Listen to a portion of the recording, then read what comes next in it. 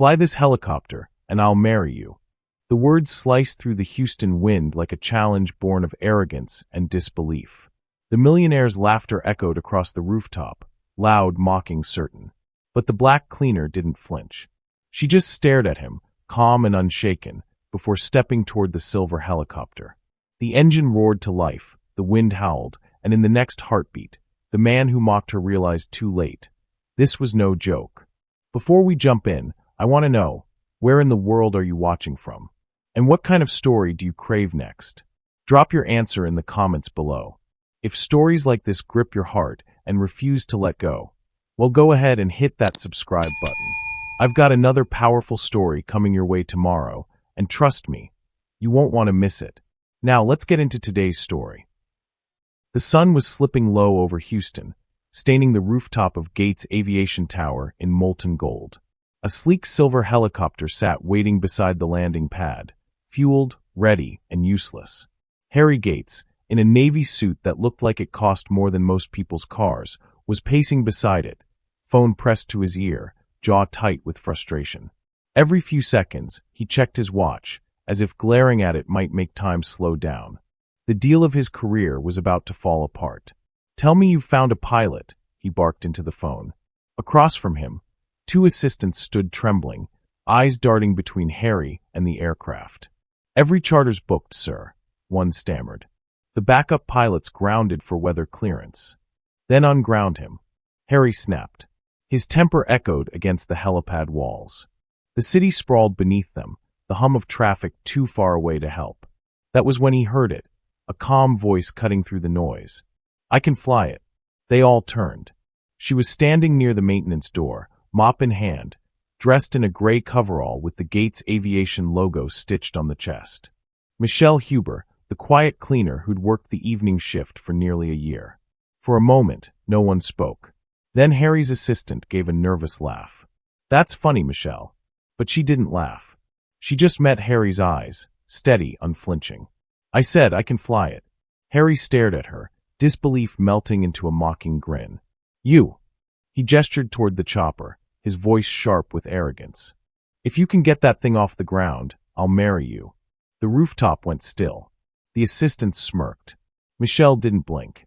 Instead, she tilted her head slightly, the corners of her mouth tightening.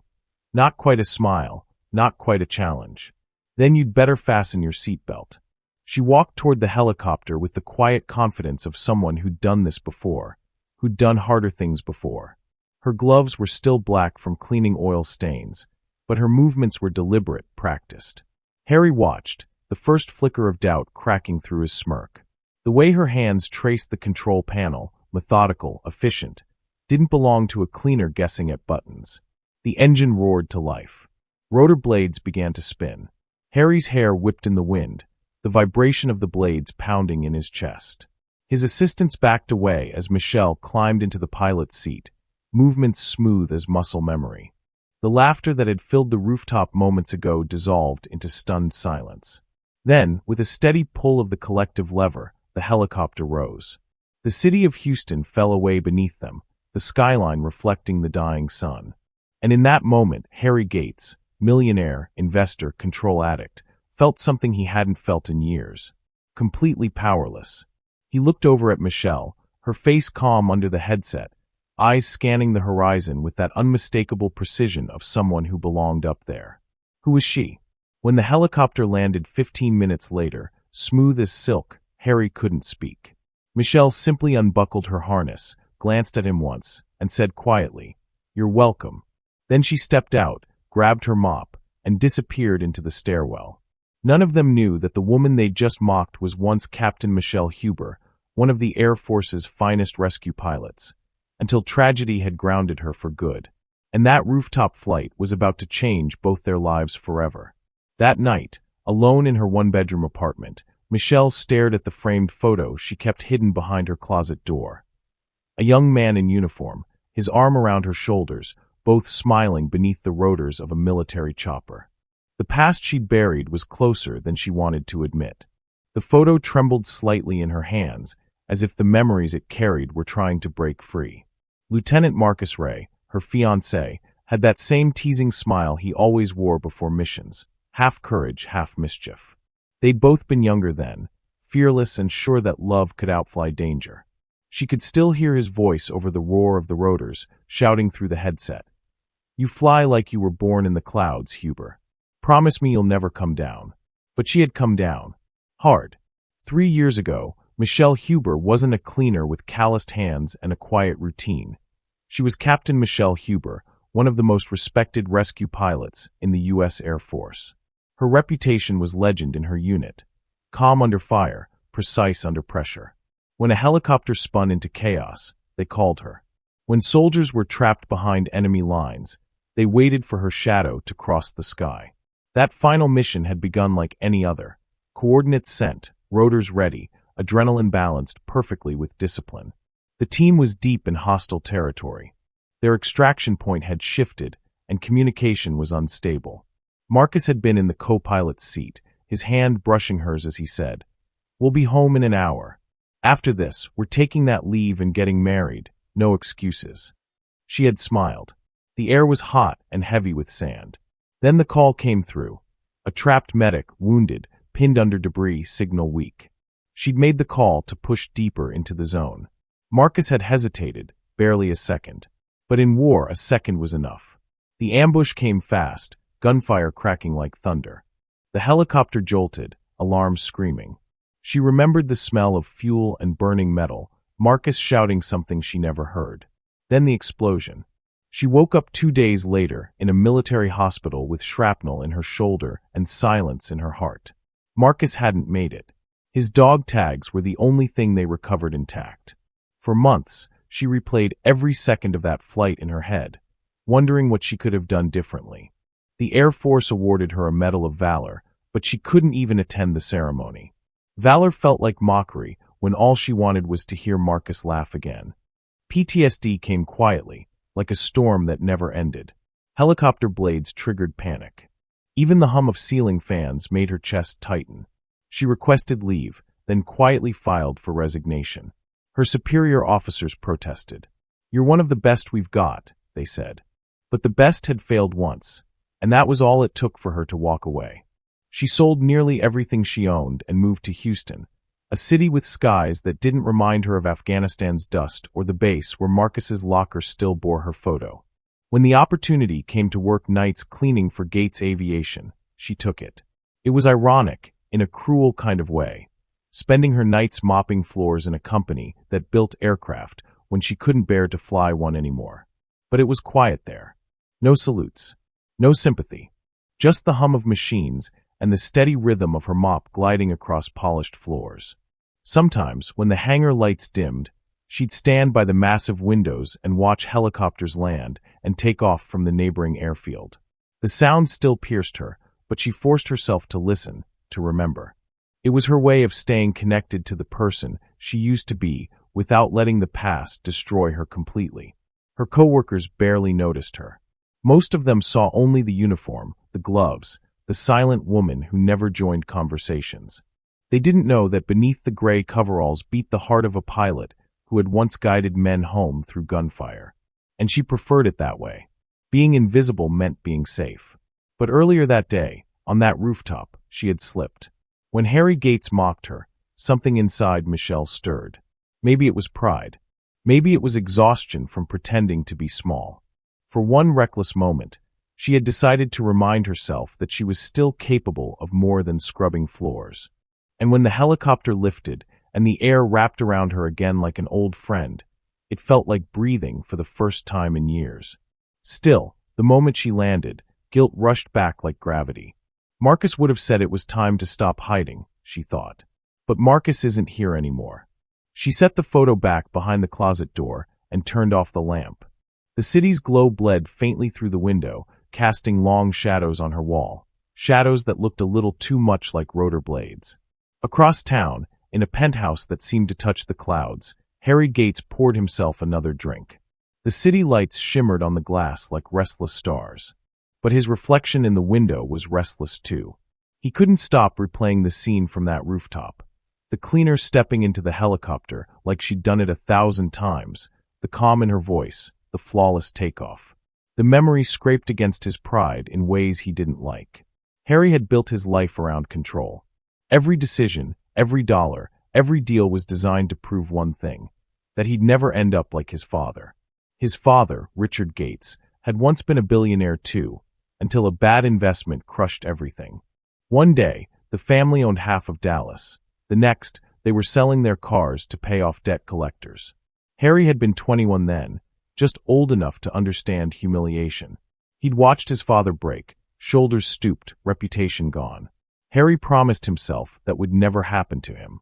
He studied finance like it was war, learned how to win meetings through intimidation, and built his empire on the ashes of someone else's collapse.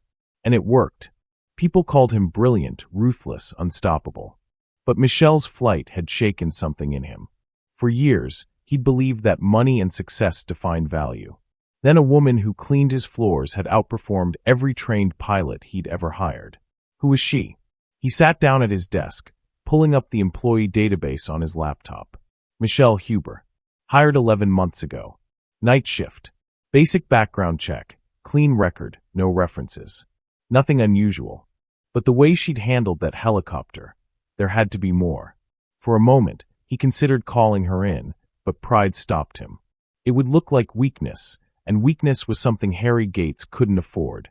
Not with investors already doubting the stability of his aerospace venture. He closed the laptop, but sleep didn't come easily. The next morning, Michelle woke before dawn, as always. The air was cool and heavy with silence. She made coffee in her small kitchen, staring out the window at the faint streak of sunrise over the city. Her shoulder ached sometimes, old injury, but she didn't complain. Pain was familiar now, almost comforting. She glanced at the framed certificate tucked between books on a shelf, Air Force Distinguished Flying Cross. She never displayed it. It was a reminder of a life that had flown away from her, a symbol of everything she'd gained and lost. At 6 a.m., she walked to work, her boots echoing on the pavement. Gates Aviation's towers gleamed like silver monoliths against the sky. Inside, she moved through the halls with practiced efficiency, invisible yet indispensable. The whispers started that morning.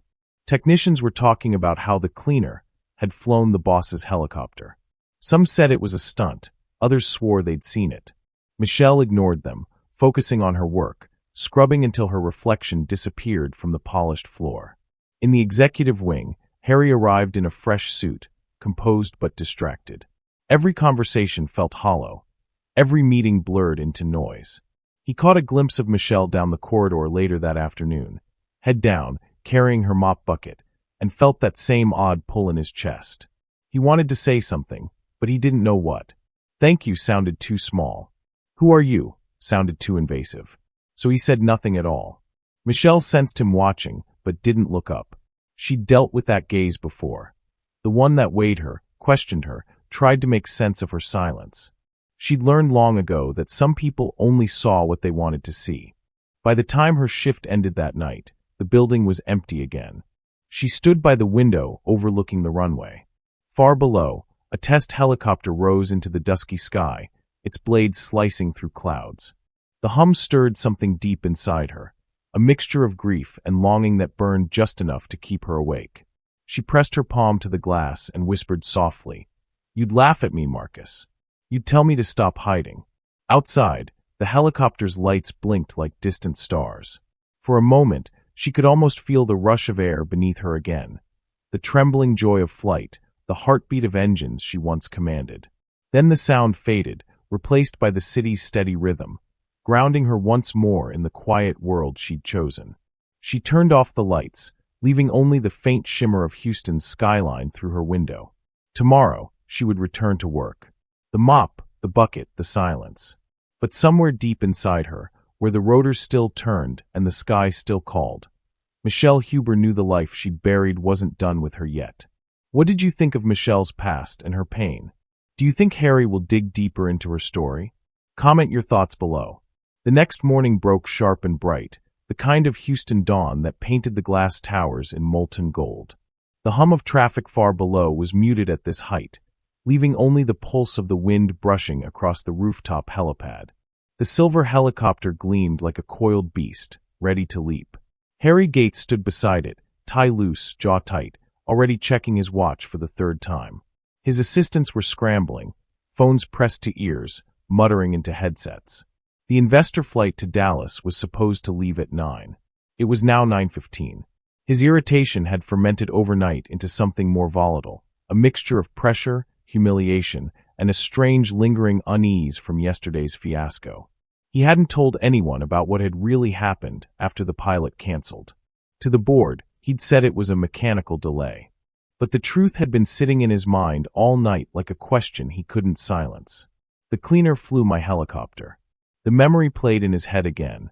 The calm way she'd touched the controls, the effortless precision of her takeoff. It didn't fit the picture he'd built of her. He'd spent years categorizing people, investors, employees, servants. The system worked because it kept him in control. But Michelle had slipped through the categories entirely. Now, standing under the sun, he found himself glancing at the stairwell door more often than he wanted to admit. The door opened. Michelle stepped out, dressed in the same gray coverall, hair pulled back, gloves on. She carried her cleaning bucket, eyes lowered as always. But when she saw the helicopter and the men pacing around it, something flickered in her expression, a faint recognition of the moment waiting to repeat itself. Harry's voice came before he could stop himself. "You're early." Michelle paused. "I always am, sir." He nodded once, trying to sound composed. You flew before?" Her gaze lifted just long enough for him to see something guarded behind it. "A long time ago." Before he could ask more, his assistant Jordan approached, panic etched across his face. "Sir, bad news. The substitute pilot's grounded. Medical clearance issue. We're out of options." Harry's stomach twisted. Out of options were words he didn't tolerate. He looked at the helicopter, gleaming under the sun, then back at Michelle. She sighed softly, sensing his stare. "You still need to get to that meeting?" He hesitated. "Yes. Then you know what I can do." The tone in her voice wasn't arrogance. It was fact. Simple, unshaken, unnervingly calm. Jordan blinked. "Wait, she's joking again, right?" Harry didn't answer. His thoughts were spinning.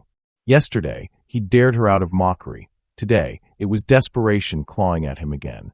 Finally, he said, "Fine. You fly. If we crash, it's on you." Michelle walked toward the helicopter, her steps steady. "If we crash," she said quietly, "it'll be the first time I ever let a passenger down." Her words landed heavier than the rotor wash that began to stir the air. Within minutes, she had the pre-flight checks completed. Harry climbed in, awkwardly fumbling with the harness. He wasn't used to being in a position where someone else held the controls, especially someone he'd once mocked. The engine roared to life, a deep, resonant growl that vibrated through the steel and glass of the rooftop. Wind whipped around them as the blades began to spin, slow at first, then faster until the air itself seemed to tremble. "Ready." Michelle's voice came through the headset, calm as ever. Harry forced a smirk. "Just don't make me regret this." Her hands moved across the controls, fluid and precise. The helicopter lifted off the pad, rising into the open sky with such grace that Harry barely felt the motion. Below them, Houston unfolded like a map of light and motion, the skyline shrinking as they ascended through the sunlit haze. For the first few minutes, he tried to keep up his bravado, making half-hearted comments about flight routes and timing. But then she banked smoothly over the Trinity River, tilting the chopper with such perfect balance that the city's reflection shimmered in the water beneath them. Harry fell silent. There was something mesmerizing about watching her fly. Every motion she made was deliberate yet instinctive, her eyes scanning the instruments and horizon with an ease that spoke of thousands of hours behind a stick. The sunlight caught her face, highlighting the quiet confidence there, a confidence that didn't need an audience to exist. It hit him then, the full absurdity of it all. He was a man who bought pilots by the hour, trained crews by the dozen, and none of them had ever flown like this cleaner did. "Who are you really?" he finally asked, his voice low through the headset. Michelle didn't look at him.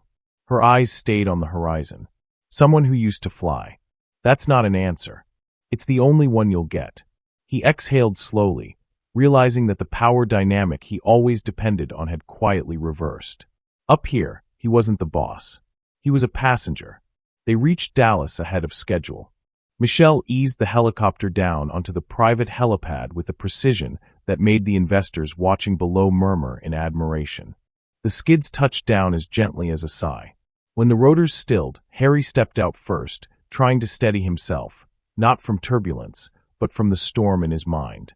One of the investors clapped him on the shoulder. "Impressive pilot you've got, Gates. Didn't know you kept talent like that under wraps." Harry forced a thin smile. "Neither did I." The meeting went flawlessly. The investors were exhilarated, convinced that Harry's company was poised for innovation. They signed the deal by noon, handshakes firm, champagne poured. To them, the flight had been a bold demonstration of trust and risk-taking.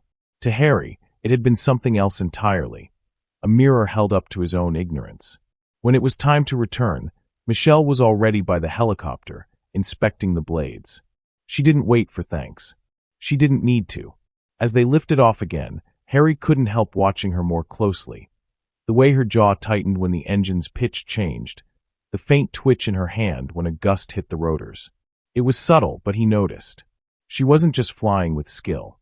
She was fighting something, memory maybe, or ghosts that still whispered in the wind. He wanted to ask, but her expression made it clear that some questions were better left unanswered. Halfway back to Houston, she broke the silence first. "Why'd you mock me yesterday?" He hesitated. "You have to admit, it sounded ridiculous. A cleaner saying she could fly a multimillion-dollar helicopter."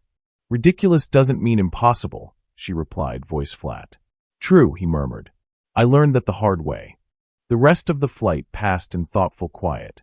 When the city reappeared below, glowing under the afternoon sun, Harry felt something he hadn't expected: humility. The kind that came not from loss, but from recognizing greatness in someone he'd underestimated. Michelle landed with the same flawless grace as before.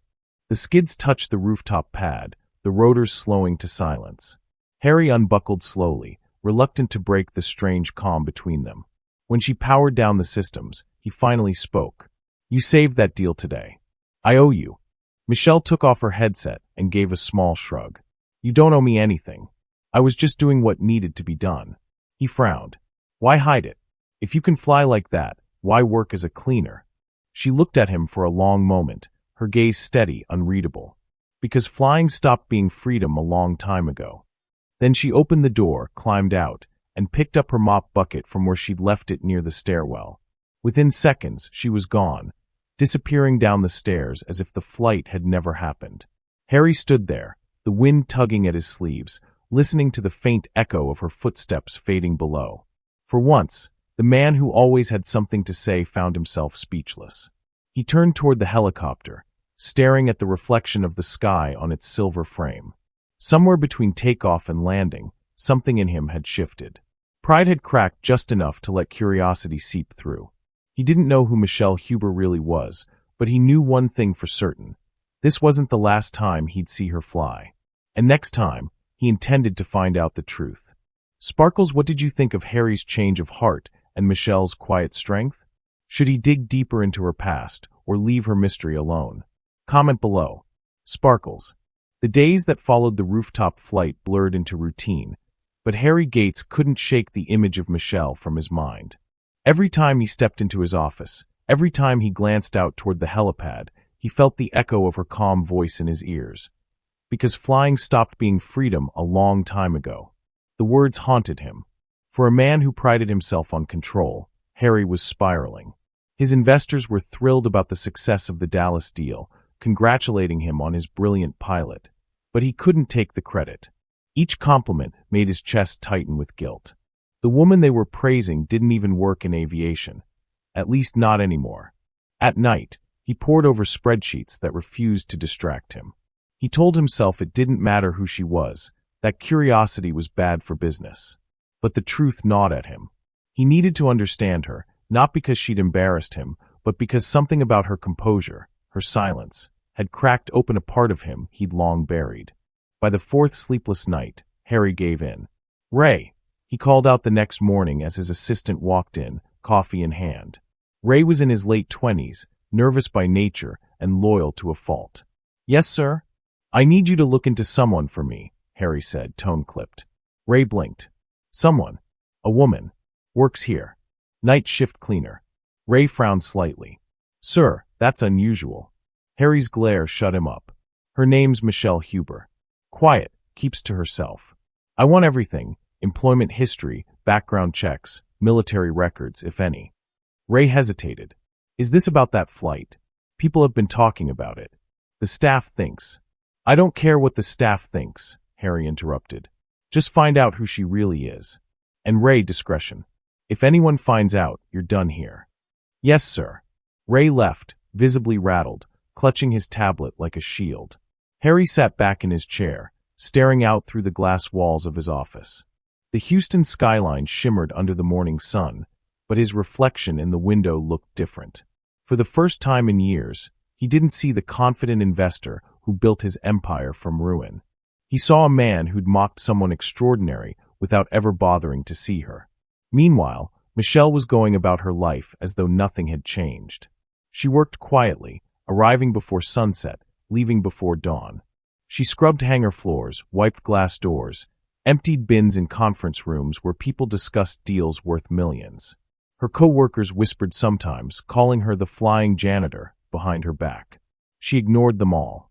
But sometimes, late at night, when the building was silent, she'd stand near the windows and look at the rooftop.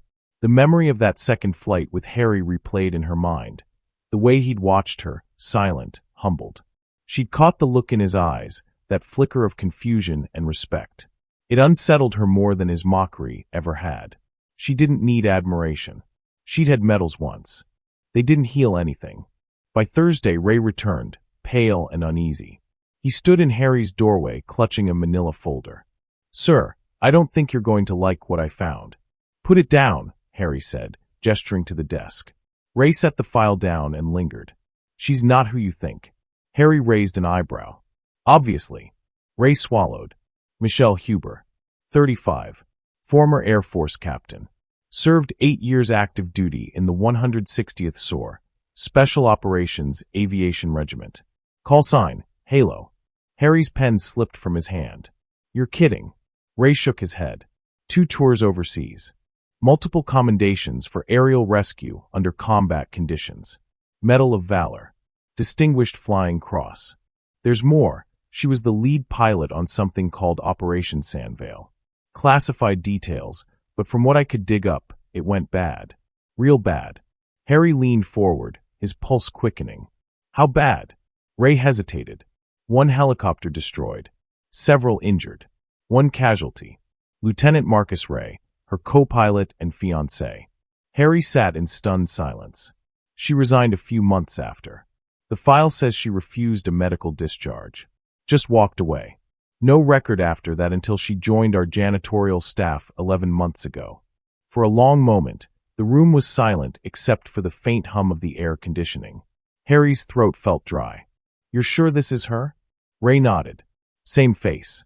Same service number on public records. Harry rubbed his temples, trying to reconcile the image in his head, the quiet cleaner with oil stains on her gloves, with the decorated pilot described in the file. He'd mocked her. He'd laughed in her face. Find me someone who served with her, he said quietly. Anyone who can tell me what really happened. Ray hesitated again. Sir, is this personal? Harry's voice hardened. Just do it. 2 days later, Harry found himself driving north out of the city toward a quiet suburb lined with aging oak trees. The address Ray had given him led to a modest brick house with an American flag fluttering from the porch. He knocked. A man in his 60s opened the door, a broad-shouldered veteran with sharp eyes and a limp that spoke of old injuries. You're Gates. Yes, sir. Colonel Turner. The older man nodded. Come in. You're here about Michelle. Harry followed him into a living room decorated with medals, photographs, and old flight helmets. It smelled faintly of tobacco and machine oil. Turner gestured for him to sit. Ray said you wanted to know what happened. I don't usually talk about my pilots, but Michelle, she deserves someone to remember her right. Harry nodded. I made a mistake with her. I need to understand who she is. The colonel studied him for a long moment before speaking. Michelle Huber was the kind of pilot you don't forget. Cool under fire, quick in crisis. She flew rescue missions nobody else had the guts for. There were soldiers alive because of her.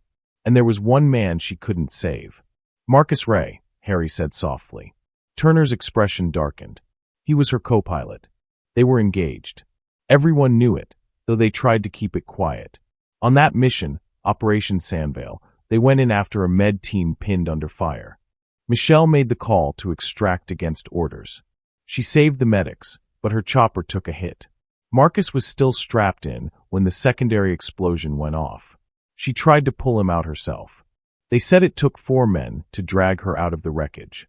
She fought them every second, screaming his name. After that, she never flew again. The drive back from Colonel Turner's house felt longer than it should have. The highway stretched endlessly, the lights blurring into streaks of white and gold against the windshield. Harry's hands gripped the steering wheel tighter than necessary, his mind replaying the Colonel's words over and over. She saved lives, but blames herself for the one she couldn't. By the time he reached the city, night had settled, a deep indigo sky reflected in the mirrored towers of downtown Houston. He parked in front of the Gates Aviation Building and sat there for a long moment, staring up at the rooftop where everything had started. He'd mocked a hero, a woman who had risked everything for others. And somehow, she'd ended up cleaning floors for men who couldn't hold a candle to her courage. He owed her something, not out of guilt, but respect. The next morning, he waited until most of the staff had cleared out before stepping into the executive hallway where Michelle usually started her shift. She was there, as always, her mop gliding quietly across the polished marble. The rhythmic movement was steady, almost meditative. "Michelle," he called softly. She looked up, surprised. "Mr. Gates." "Harry," he corrected. "Just Harry." She gave a cautious nod. "All right, Harry. You need something." He hesitated, realizing he hadn't thought this far ahead. "Coffee. Let me buy you one."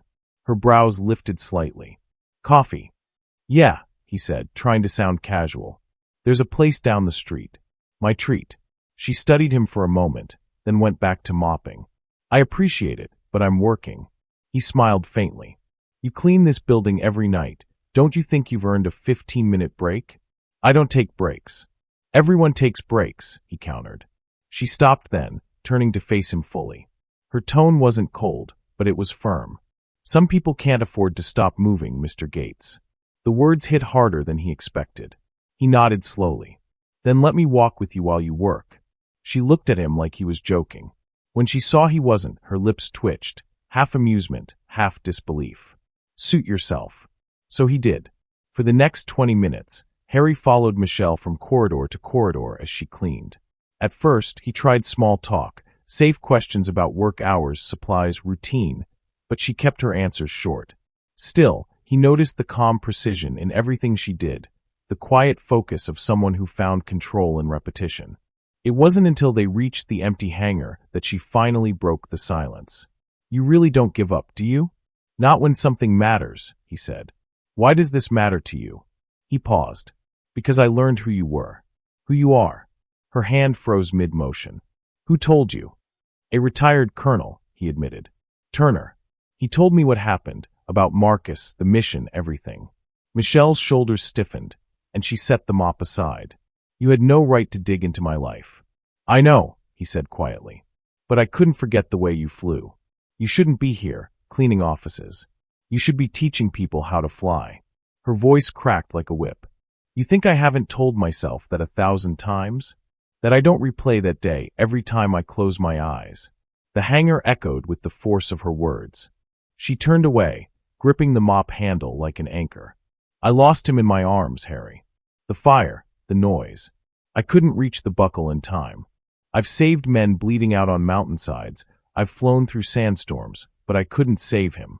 The only one who mattered." Her voice trembled but didn't break.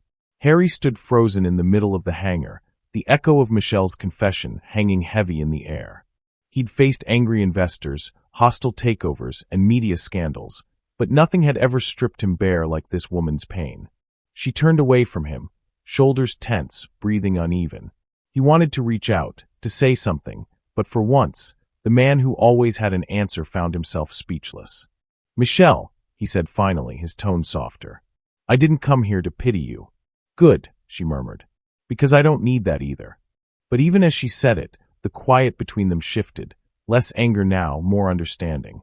They stood together in the silence, two people carrying different versions of the same wound. For the next few weeks, they saw more of each other. Not romantically, not yet, but with a kind of unspoken ease that neither of them fully understood. Harry began joining her at the Veterans Foundation she volunteered with on weekends, a small organization that helped retired pilots transition to civilian life.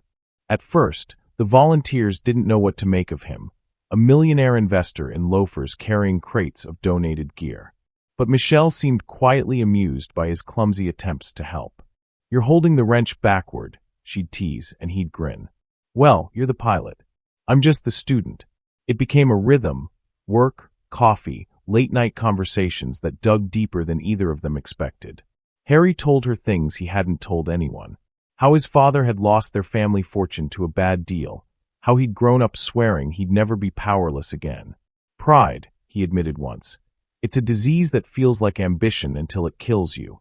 Michelle listened quietly, sometimes smiling, sometimes looking away when he tried to return the favor. She didn't talk much about Marcus again, but every now and then her gaze would drift skyward, following a plane's contrail like a thought she couldn't hold. For a while it felt like healing. But the higher they climbed toward something fragile and real, the louder the world below began to notice. It started with whispers in the office corridors, staff murmuring about the cleaner and the CEO. Then came the photos, grainy shots of Harry and Michelle loading boxes together at the foundation, posted anonymously to an aviation blog. Within days, investors were calling. Harry ignored the first few messages, but the board meeting that Friday left no room for denial. The conference room was full, tension humming like static. Richard Hensley, one of the company's oldest investors, leaned forward with an expression that was almost paternal. "Harry, we've always supported your decisions, but this relationship is becoming a liability." Harry's jaw tightened. "What relationship?" "Don't play dumb," another board member snapped. "You've been seen with her. Staff are talking. Clients are asking questions. You're the face of Gates Aviation. Your image matters." "She's an employee," Harry said evenly. "And a damn good one." Hensley scoffed. "She's a janitor." The room fell silent. Something in Harry broke at that word. He straightened slowly, his voice low but razor-sharp. "She's a pilot," he said. "A soldier. She flew through fire while you sat behind spreadsheets. She's risked more for this country than any of us ever will." A few faces turned pale. Others looked away. "You're letting emotion cloud your judgment," Hensley said coldly. "We built this company on discipline, not sentimentality. If you want continued funding, you'll end this entanglement." Harry's response came out steady but dangerous. "If that's the cost of keeping you here, then maybe you're the one who should walk." The meeting ended with angry murmurs and thinly veiled threats. By that evening, word had spread across the company. Harry Gates had defied his board for a cleaner. When Michelle heard, she didn't believe it at first. Then she saw the article online. Millionaire CEO risks empire over custodian companion. Her heart sank. She'd lived through public scrutiny once before. She wouldn't let it destroy someone else. That night, Harry found her in the hangar again, quietly packing her things into a small duffel. "What are you doing?" he asked. "Leaving," she said simply. "I heard what happened." He stepped closer. "You think I care what they say?" "You should," she said, meeting his gaze. "You worked your whole life for that company. And I can build another one." She shook her head. "That's your pride talking again, Harry. You can't keep burning everything down just to prove you don't need it." He exhaled sharply, running a hand through his hair. "You think this is about pride? It's about you. You changed something in me, Michelle. You made me see what matters." Her eyes softened, but her voice stayed steady. "Then see this too. I can't be the reason you lose everything. I've already watched someone I love go down in flames because of me. I won't do it again." "Don't say that," he whispered, stepping closer. She smiled sadly. "Goodbye, Harry." Before he could respond, she was gone, just like before, leaving him with the sound of his own heartbeat echoing in the empty hangar. In the weeks that followed, everything began to unravel. Investors pulled out, contracts stalled, and the board called for an emergency restructuring. Harry's public image, once golden, was now painted as reckless and unstable. He tried to reach her. Texts, calls, even a visit to her old apartment. Nothing. It was as if she'd vanished into the wind again. One evening, sitting alone in his office, Harry stared at the model helicopter on his desk, the same one she'd once polished during her cleaning rounds. For the first time in years, he didn't feel like the master of anything. He was just a man grounded by his own pride, watching the sky drift further away. Somewhere in the distance, the faint hum of a helicopter reached his ears. He closed his eyes, imagining her hands steady on the controls, the wind rushing past, the freedom he'd never understood until she'd shown it to him. And he knew, no matter how much he'd lost, he wasn't done fighting for her. Not yet. Should Michelle have stayed to fight beside Harry, or was she right to walk away for his sake? Comment your thoughts below. A full year had passed since Michelle Huber walked out of Harry Gates's life, and the world had changed in quiet but permanent ways. Gates Aviation had survived the storm, barely. The company had downsized, restructured, and clawed its way back into relevance, one calculated risk at a time. But the man at its center was no longer the Harry Gates people remembered. The arrogance was gone, replaced by something steadier, humbler. He didn't bark orders anymore. He listened. He didn't chase investors with empty confidence. He earned their faith with quiet consistency. Yet, even as the company rebuilt, there was a space in him that success couldn't fill. He never saw Michelle again, though he tried. Her name didn't appear on employment records or veterans' registries. She had vanished as if the earth itself had swallowed her. But sometimes, when he walked past the rooftop helipad, he would catch the scent of engine oil and wind and swear he could hear her voice saying, "Flying stopped being freedom a long time ago." Now, 12 months later, Gates Aviation was set to unveil its first major success since the fallout, a new hybrid prop helicopter prototype called the Phoenix. The symbolism wasn't lost on him. Rising from the ashes. Redemption through flight. The event was grander than anything Harry had planned before.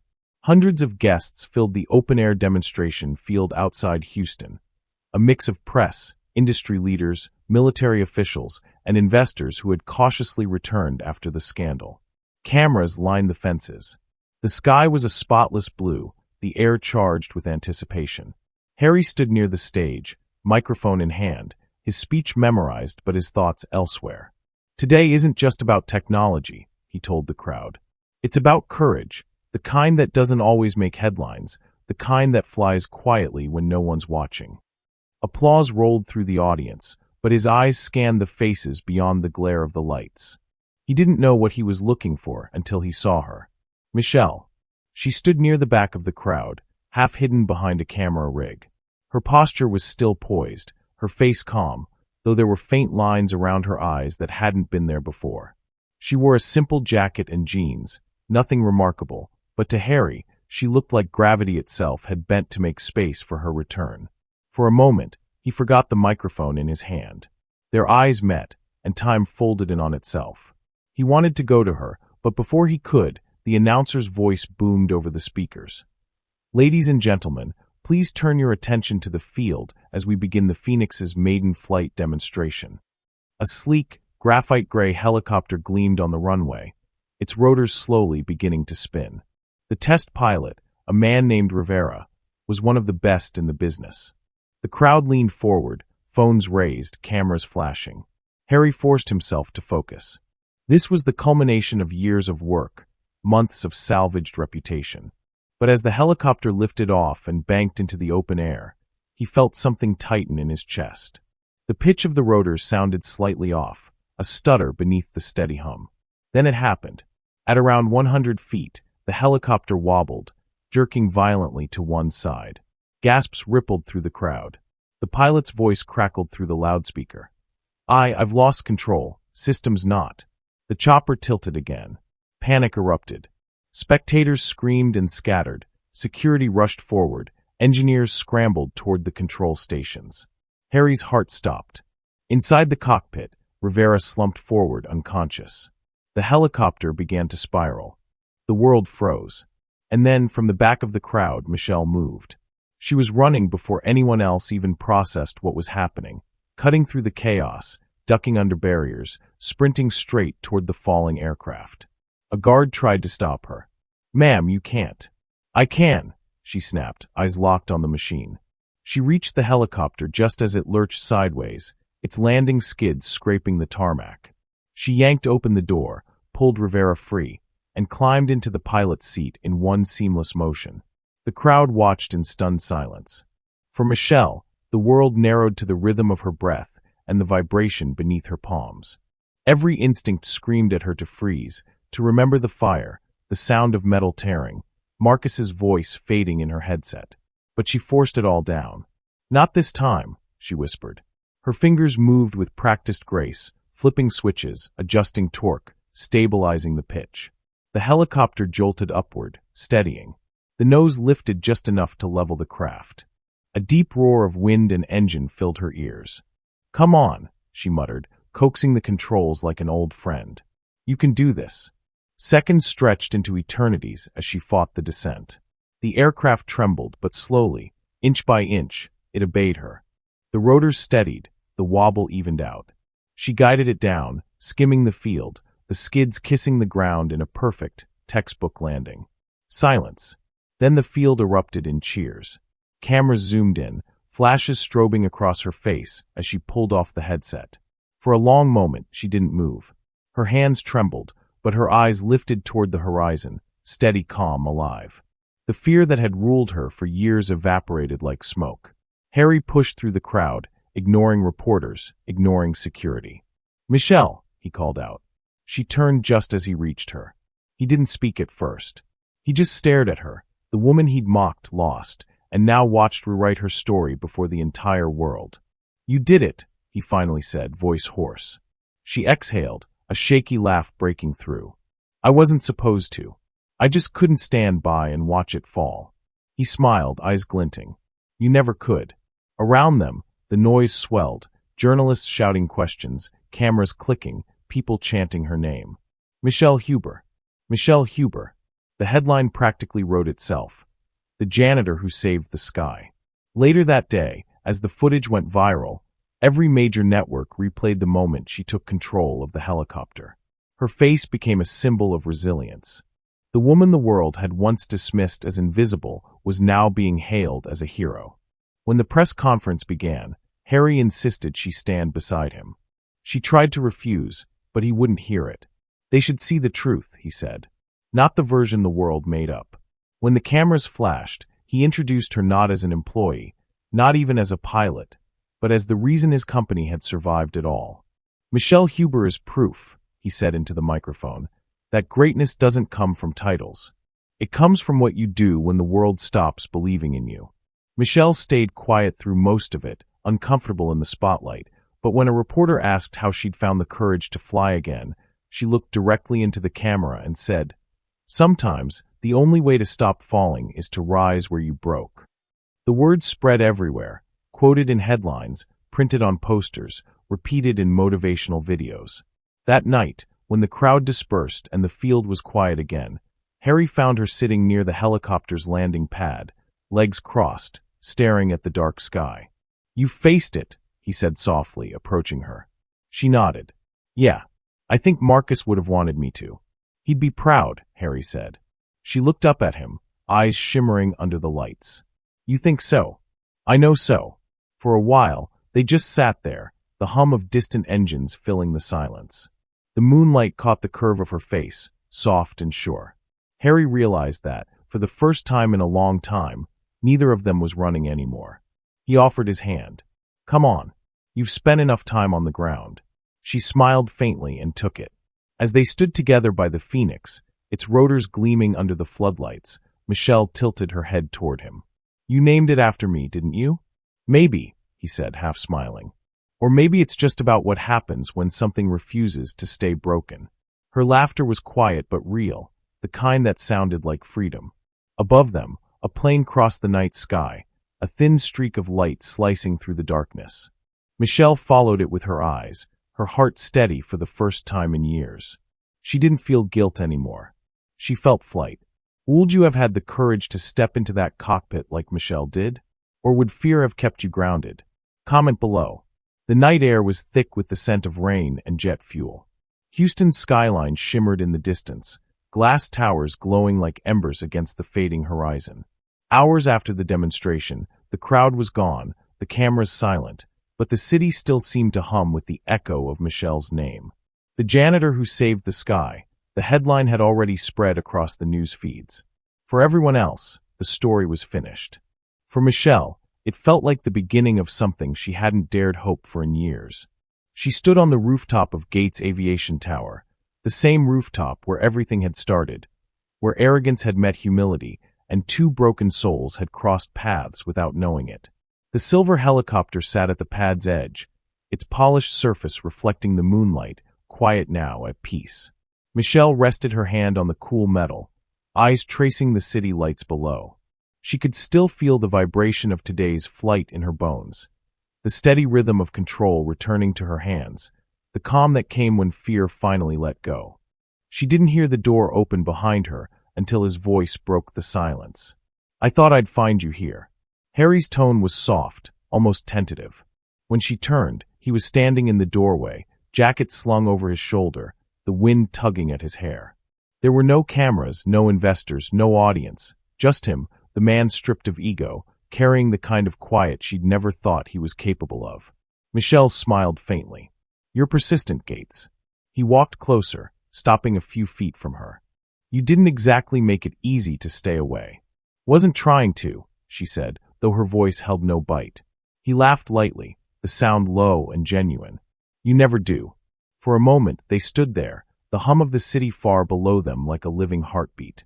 It felt strange being back here, at the place where it had all gone wrong. And somehow, right again. Harry broke the silence first. "I watched the footage tonight. Again, the moment you took control." Michelle looked back at the helicopter. "I didn't think. I just reacted." "That's what makes it incredible," he said. "You didn't think. You trusted yourself. You saved everyone out there, and you didn't even hesitate." Her eyes softened, the memory of Marcus flickering at the edge of her thoughts. "I hesitated once," she whispered, "and it cost me everything." Harry stepped closer, his voice gentle but sure. "You can't keep punishing yourself for that." She met his gaze. "You sound like someone who knows what punishment feels like." He smiled sadly. "I do. I built an empire out of it." The wind shifted, carrying the faint hum of traffic from below. Harry turned his face toward the skyline. "You know, I used to think success was about winning, about proving everyone wrong. My father, my investors, the world. I thought if I made enough, achieved enough, I'd finally matter."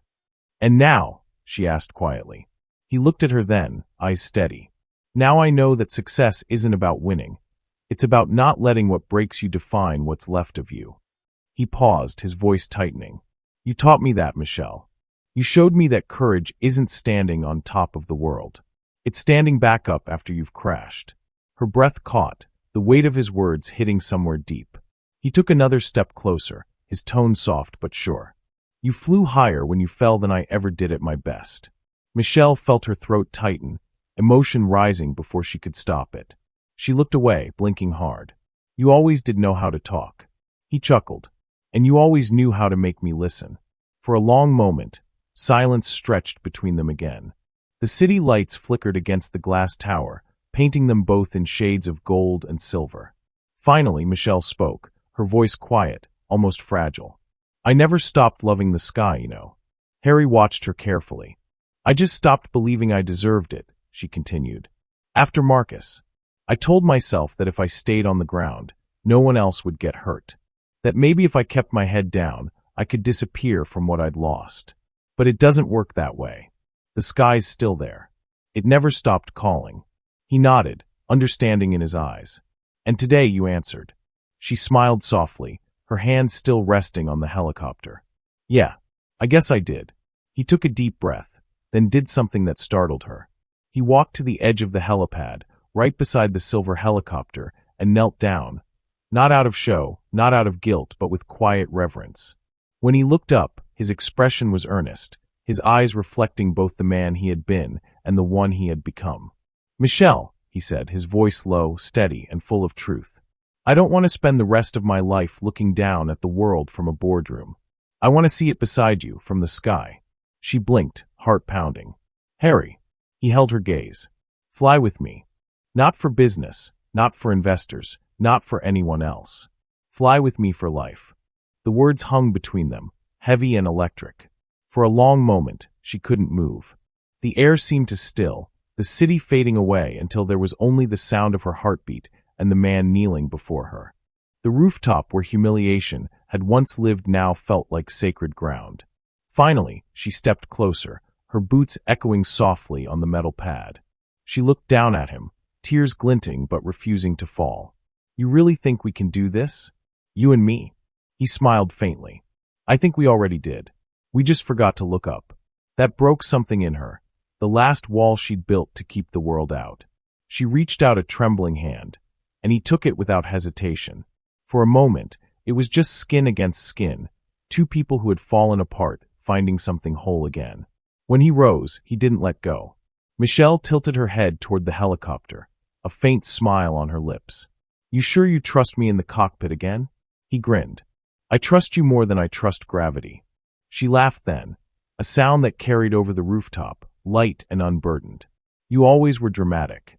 And you always were brave," he replied. They stood side by side, the city sprawled beneath them, the wind pulling at their clothes. It was quiet again, but this time it wasn't emptiness, it was peace. Michelle looked out at the endless stretch of night sky. "You know," she murmured, "maybe the sky isn't just freedom. Maybe it's forgiveness, too." Harry squeezed her hand. "Then let's go find it." The rotor blades began to turn, their hum rising into the night, soft at first, then powerful.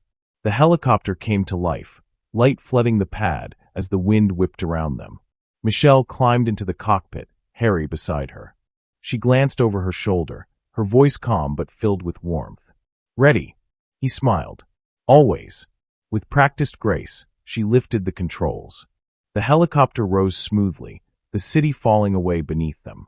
The lights blurred into a golden ocean, and for the first time, neither of them felt like they were running or proving anything. They were simply flying. Up there, above the noise, above the past, there was no judgment, no pain, just two souls that had found their way back to the sky. Would you have forgiven someone who once mocked you like Harry did? Or would you have left him grounded forever?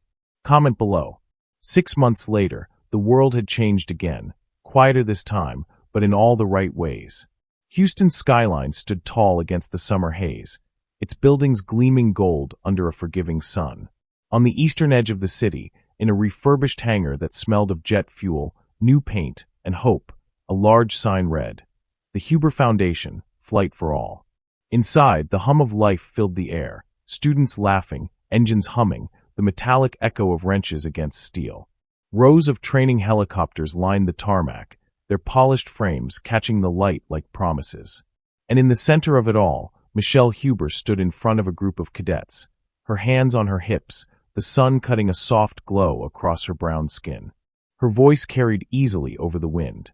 "Lesson 1, she said, smiling faintly. "A pilot doesn't control the sky. She learns to move with it. You fight the wind, you lose. You trust it, you fly." The students nodded, scribbling in their notebooks, their faces a mix of awe and determination. Some were veterans, still learning to find peace after years of chaos.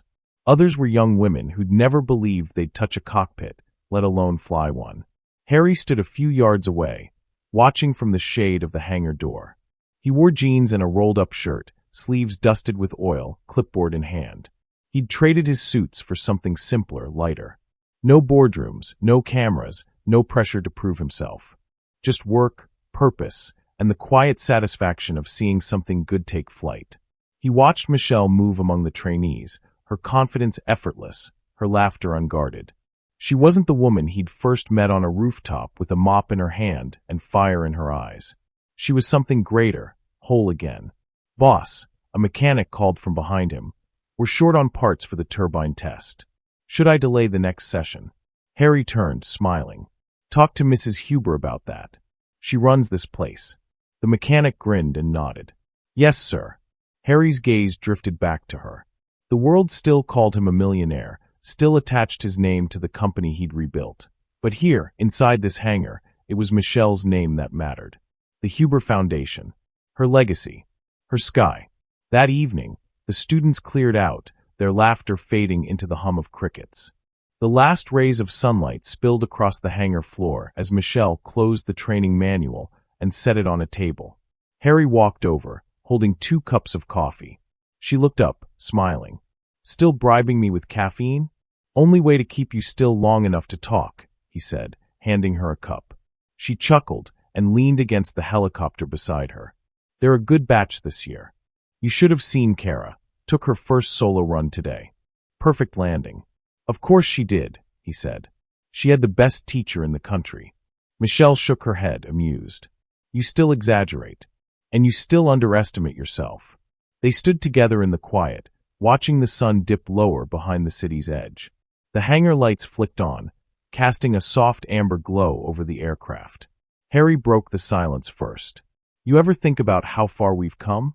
From that rooftop?" She laughed lightly. "You mean from the day you mocked me in front of your staff?" He groaned. "You'll never let me live that down, will you?" "Not a chance." He grinned, but then his tone softened. "I think about it a lot, actually. How everything I thought I knew fell apart that day. And somehow, that's what saved me." Michelle glanced at him, her expression gentle. "Falling isn't always the end, Harry. Sometimes it's just gravity giving you a second chance." He nodded slowly, his gaze lingering on her face. "You make it sound poetic." "Maybe it is," she said. "Maybe the sky's just one big poem we keep trying to finish." The wind outside shifted, carrying the faint scent of rain again. The same scent that had lingered the night she forgave him. Michelle set her coffee down and brushed a hand across the helicopter's gleaming frame.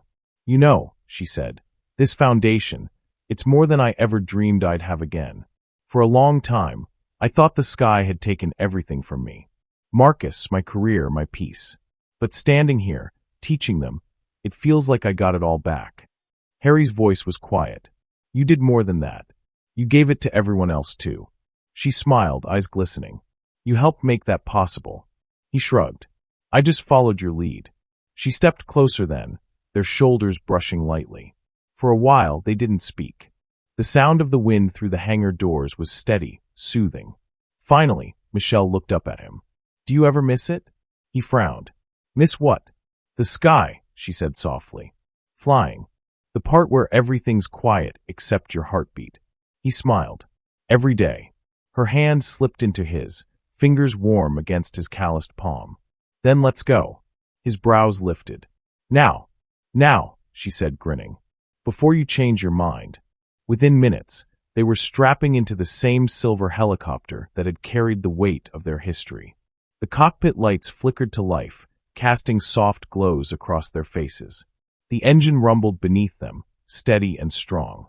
Michelle ran through her checks, her movements smooth, precise, second nature. She glanced sideways. "Still trust me?" "With everything," he said. The rotors spun faster, their rhythm merging with the beat of their hearts. The helicopter lifted, slow and graceful, rising above the hangar, then above the city. The skyline spread out beneath them like a sea of gold and shadow. The radio crackled softly, but neither spoke for a while. The view said enough. Houston glowed beneath them, alive and vast. Harry broke the silence first. "Where to?" Michelle's lips curved into a smile as she looked ahead, eyes steady on the horizon. "Anywhere," she said. "As long as we're together." The city fell away beneath them, lights turning into constellations, roads into rivers of motion. The helicopter climbed higher, slicing through the fading dusk. From up there, the world looked smaller, the problems lighter. For Michelle, the sky no longer felt like the place where she'd lost everything. It was where she'd found herself again. For Harry, it wasn't a symbol of power anymore, but of peace. They flew until the stars came out, until the hum of the engine became a lullaby and the night wrapped them in silence. Down below, at the Huber Foundation, a small light glowed in the hangar window. The future they'd built, waiting for morning. Up above, in the quiet vastness of the sky they'd both learned to love again, two souls moved forward together. Not chasing success or redemption anymore, just freedom. The kind that comes when you finally stop running from the fall and start flying because of it. Thank you for watching all the way to the end. If this story moved you, the next one will hit even deeper. It's more gripping, more unexpected, and waiting for you right now. Don't hesitate. Click the video on your screen, and I'll see you in the next story.